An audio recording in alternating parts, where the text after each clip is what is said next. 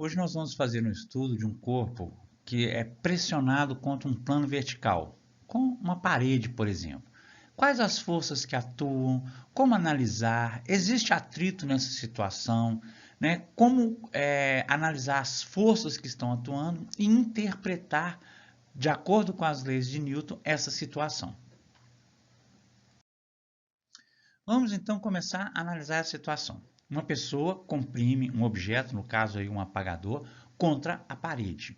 E o apagador está inicialmente em repouso. De repente, você vai observar que o apagador começa a descer. O que a pessoa fez para que o apagador descesse?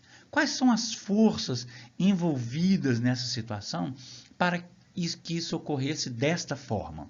Então, nós podemos analisar essa situação observando essa pequena animação. Quais são as forças que estão atuando sobre o apagador? Então, a primeira força que a gente vai elencar é a força gravitacional, que é o peso do corpo. A Terra puxa o corpo para baixo. Uma segunda força muito importante é a força da pessoa, representada por esse vetor verde maior. E notem que essa força da pessoa vai diminuindo gradativamente. Então, essa força vai se tornando cada vez menor. A outra força importante é a força normal, que a parede exerce contra o objeto, no sentido contrário da força da pessoa. Neste caso, a força normal é igual à força da pessoa. Lembra-se que a força normal é sempre uma força perpendicular à superfície. E, nesse caso, ela é igual à compressão ou à força que a pessoa está exercendo contra a superfície, no bloco contra a superfície. Dessa forma, à medida que a pessoa vai diminuindo a sua força, vai afrouxando a sua mão, a força normal também vai diminuindo. E existe mais uma força importante para a gente entender, que é a força de atrito. Vamos lembrar que a força de atrito ela é paralela à superfície e contrária ao movimento, à tendência do movimento.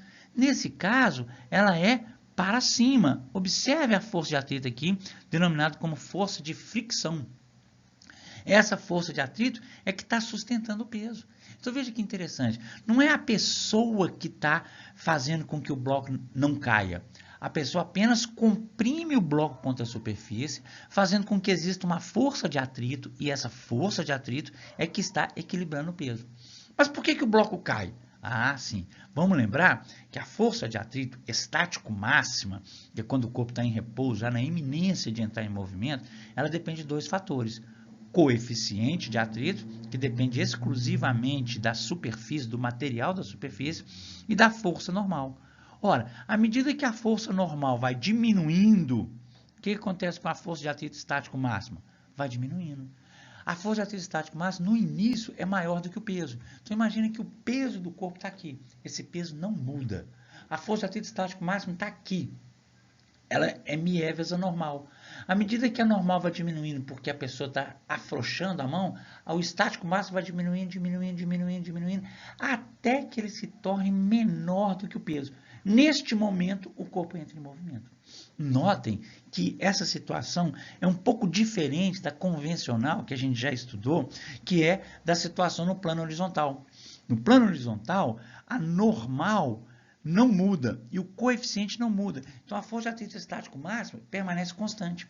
O que vai acontecendo nessa situação? Notem aqui que a força exercida pela pessoa está aumentando. Então, a força de atrito estático máximo está fixa, a força exercida pela pessoa está menor do que o atrito estático máximo. A pessoa intencionalmente vai aumentando a sua força, aumentando, até que quando ela fica maior do que a força de atrito estático máximo, o corpo, então, entra em movimento. Então, são situações distintas, apesar das forças serem parecidas, mas atuarem de formas diferentes e se equivalerem também de formas diferentes. Nós vamos analisar e perceber que, através da análise da situação, é possível, dependendo dos dados, a gente determinar o coeficiente de atrito estático entre o corpo e a superfície. Então, vamos lá, analisando com um pouco mais de detalhe.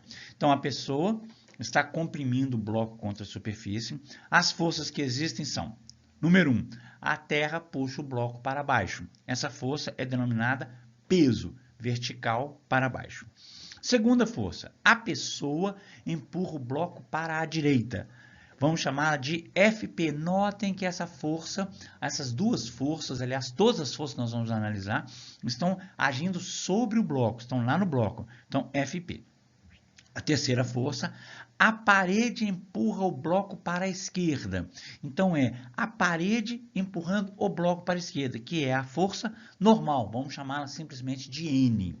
E a força de atrito que está atuando no bloco, que também é exercida pela parede, que é para cima.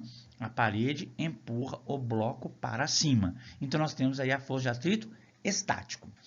Quais forças e em que situações essas forças estão se equilibrando? Então, vamos observar com cuidado. As forças que se equilibram são a força normal equilibra a força da pessoa. Então, horizontalmente, anulou. E a força de atrito estático equilibra o peso do corpo. Então, dessa forma, a resultante é zero e esse corpo, então, permanece em equilíbrio, permanece em repouso, como ele estava em repouso. Vamos considerar que a massa do corpo seja 2 kg, que a força exercida pela pessoa seja 40 newtons e que o corpo está na iminência de se movimentar. O que significa essa palavra iminência de movimentar? Significa que esse corpo está quase entrando em movimento.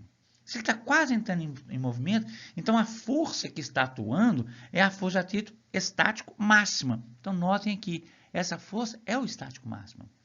Sendo estático máxima, nós podemos fazer o seguinte cálculo. Ora, a força de atrito estático máximo é igual ao peso, como a gente já demonstrou aqui. Porém, a força de atrito estático máximo, como sabemos, é μe vezes a normal, que é igual ao peso, que é igual à massa vezes a gravidade. Ora, μe vezes a normal é a mesma coisa que μe vezes a força da pessoa, pois a normal e a força da pessoa são duas forças iguais nesse exemplo. É igual a mg. Como eu quero determinar o coeficiente, eu vou passar a força da pessoa aqui para baixo na equação. Nós vamos obter μe é igual a mg sobre fp. A massa, 2 kg. A gravidade, vamos considerar 10. E a força da pessoa, 40. 2 vezes 10, 20. Dividido por 40, vai dar 0,5. Então, o coeficiente de atrito vale 0,5. Vamos lembrar que esse coeficiente não tem unidade, porque mg é peso, medido em newtons, fp é uma força medida em newtons, newton sobre newton não dá unidade. Por fim, uma última questão, só para complementar, porque já encerramos essa análise, seria perguntar, os pares de ação e reação existem, continuam existindo na situação? Claro. Então, como determinar esses pares de ação e reação? Basta inverter. Ó. A terra puxa o bloco para baixo. Como é que vai ser a reação disso? O bloco puxa a terra para cima. Veja que a gente inverte. Se essa força está no bloco, a reação, que nós vamos chamar de pelinha, vai estar na terra. Notem ela aqui na terra. A segunda, a pessoa empurra o bloco para a direita. Vamos inverter? O bloco empurra a pessoa para a esquerda. Então, essa força está no corpo que recebe a força, que é a pessoa. Então, note que ela vai ser desenhada aqui na mão da pessoa. F'P. A parede empurra o bloco para a esquerda. Então, a parede empurra o bloco para a esquerda, que é a força normal. Então, vamos inverter? O bloco empurra a parede para a direita. Então, essa força vai ser aplicada sobre a parede. Notem que ela vai surgir aqui, que a gente chama de N'. Por fim, a parede empurra o bloco para cima, que é a força de atrito. Então, invertendo, o bloco empurra a parede para baixo. Essa força é na parede e é chamada de F'E, vamos dizer assim. Dessa maneira, o que vai acontecer? As forças de mesmas cores são os pares de ação e reação dessa situação. E as forças que estão atuando apenas sobre o corpo são essas que estão indicadas neste contorno que eu estou mostrando agora. Olha, são essas as forças que estão agindo sobre o corpo.